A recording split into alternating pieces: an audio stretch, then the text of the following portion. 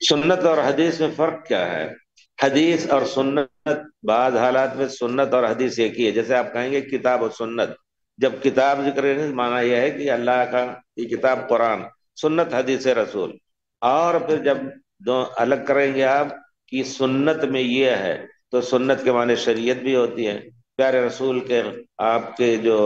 قول و فعل ہیں وہ سب سنت میں داخل ہیں تمام۔ اور حدیث جو قولی حدیث ہے، پیارے رسول نے فرمایا، یا یہ کہ کسی کو دیکھتے ہوئے، کسی کو کوئی کام کرتے ہوئے دیکھا آپ چپ رہے،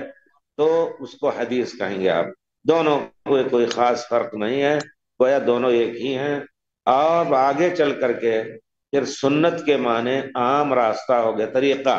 سنت کے معنی طریقے۔ آپ دیکھیں گے کہ جب پیارے حضرت امام بخاری نے جو باب باندھا ہے کہ اگر کوئی شخص، کسی کے گھر والے میت کے رو رہے ہیں تو میت کو تکلیف ہوتی، اذا کان البکاء من سنت ہی، اگر یہ رونا اس کی سنت سے، یعنی اس کے طریقے پر ہے، وہ کہا کہ گیا کہ جب میں مروں گا تو خوب رونا، تو یہ سنت جو طریقہ، آپ کی بھی ایک سنت ہو سکتی ہے۔ آپ ایک غلط سنت، من سن سنتا حسنتا، جس نے اچھی چیز کی ایجاد کی، مدرسہ بنایا، مسجد بنایا، تو لہو اجر اجر من سن سنتا سیئاتا، ایک بری بنیاد آپ نے کسی چیز کی ڈالی تو اس کا گناہ جتنے لوگ اس پر عمل کریں گے، تو بدعتوں کی بنیاد جس نے بھی ڈالی ہے وہ بھی ایک سنت سیئہ ہے، ہمیشہ اس کو گناہ ملے گا۔